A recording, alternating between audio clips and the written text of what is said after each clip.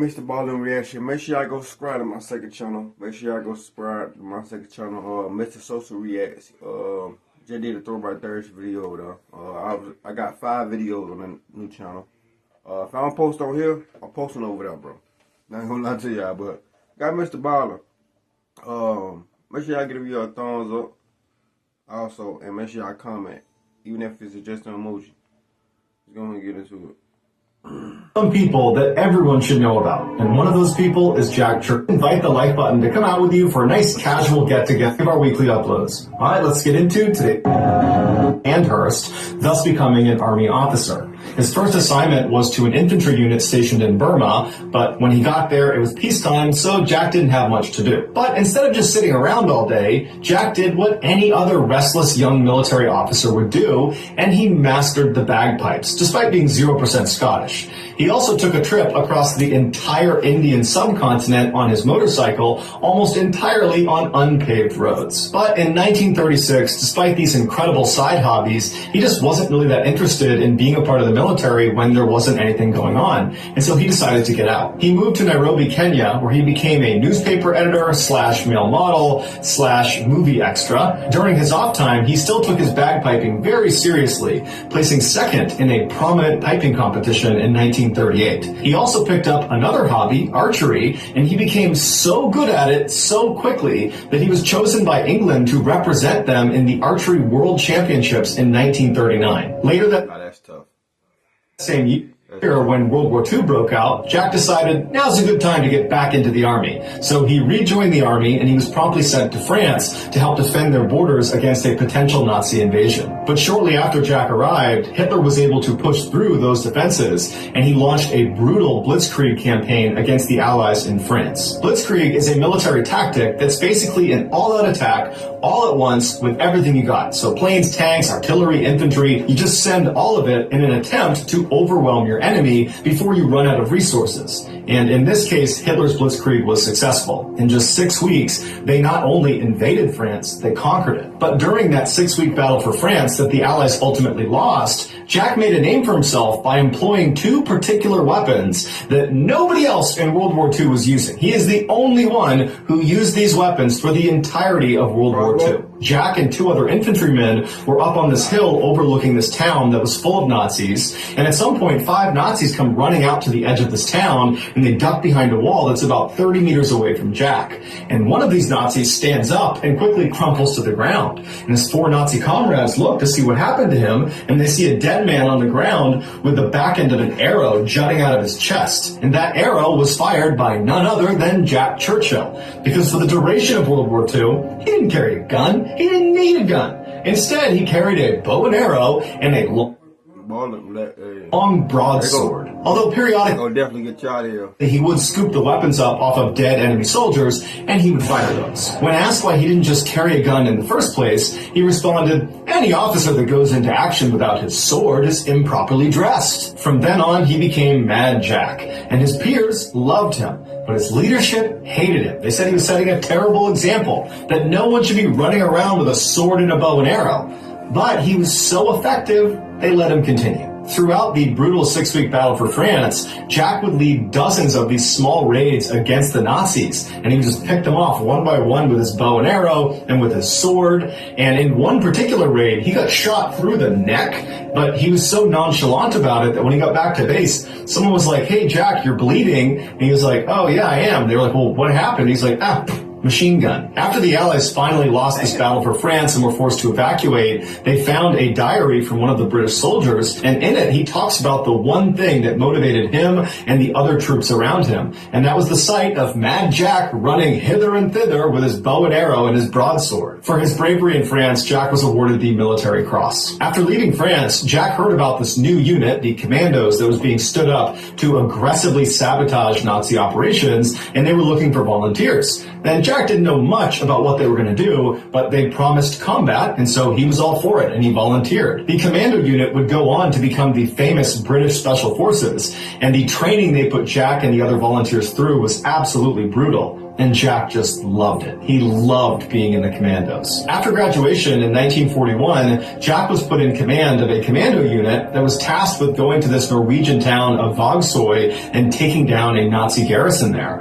And so they loaded up into their amphibious landing craft, and Jack's got his kilt on, he's got his bagpipes, and he plays the bagpipes on the entire transit over to Vågsøy to pump up the commandos. And then Jack's landing craft was the first to reach the shores, and when its ramp came down, Jack was the first off, and he just kept ready for war.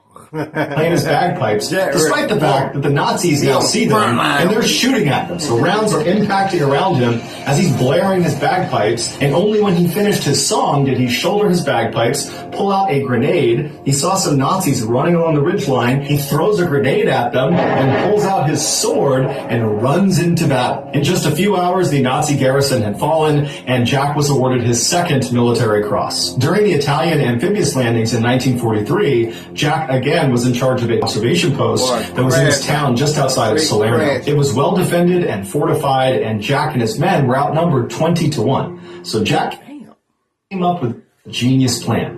Instead of using stealth tactics, he broke his small team into 6 different groups, and he placed them all around the outside of this town. And it was nighttime, so the Nazis did not see them setting up. And then on Jack's call, he had them all yell out at the exact same time, "Commando!" And the Nazis in the town were so caught off guard by all this yelling coming from all around them, they assumed a huge force is coming to take over this town. And so they went on the defensive. And so after their big war cry, Jack and his group are the first to charge down into this town, and Jack and one other guy would actually splinter off, and they would discover this big group of Nazis that were setting up their mortars. And so Jack and this guy sneak up behind one of them, and Jack grabs him from behind, holds this sword to his throat, and orders him to tell the rest of the team to surrender. And so the rest of the team, who vastly outnumber Jack and the other guy, they turn around and they see this lunatic wearing a kilt, wielding a sword. He's got bagpipes slung over his shoulder along with a bow and arrow, and they're like, okay, we give up. Shortly after, the rest of the Nazis in this town would surrender to Jack and his men,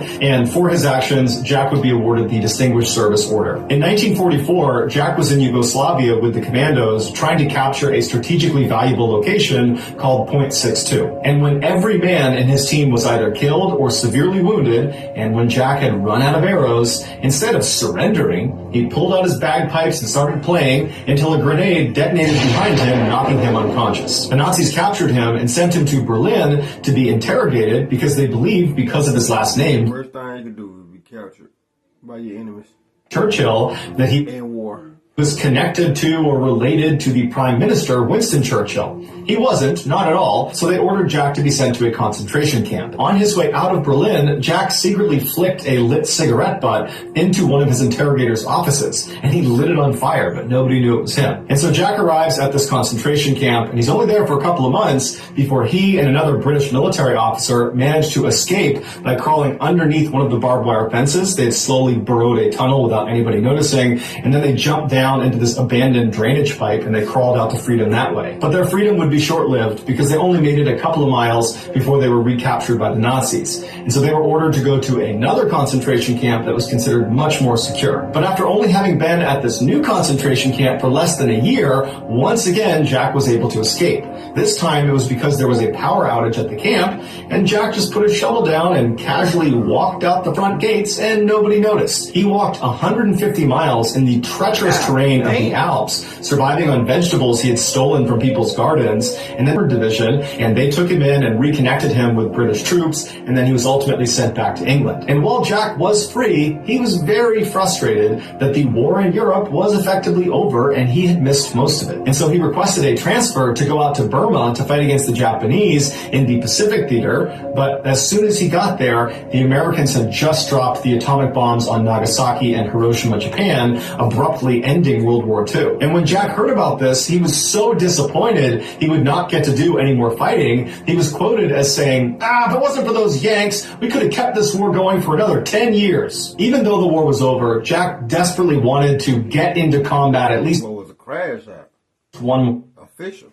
time, and so he went to jump school and qualified as a parachutist at the age of 40. And with this new qualification, he was assigned to a light infantry unit, and they were deployed to Palestine to train their army how to better fight the Arab forces. And while he was there, he gained even more fame when he defended a Jewish medical convoy from an Arab ambush, and he did this all while wearing a kilt. Another time, he and 12 of his men helped evacuate 700 people from a Jewish hospital that was under attack from Arab forces. After Palestine, Jack came back to England and eventually retired from the army, and then begrudgingly took a desk job within the Ministry of Defense. And every day on his commute home on the train, he would take his briefcase and throw it out the window as they were moving. What he had figured out was if he threw it at the exact right moment, it would land in the backyard of his house, and he wouldn't need to carry his briefcase from the station to his house. But he didn't explain that to any of the other passengers on the train. They just figured there's some crazy guy who keeps throwing his briefcases out the window. In his retirement, he also became an extremely talented surfer. And at one point, he wanted to surf the Severn Bore, which is this huge wave in southwestern England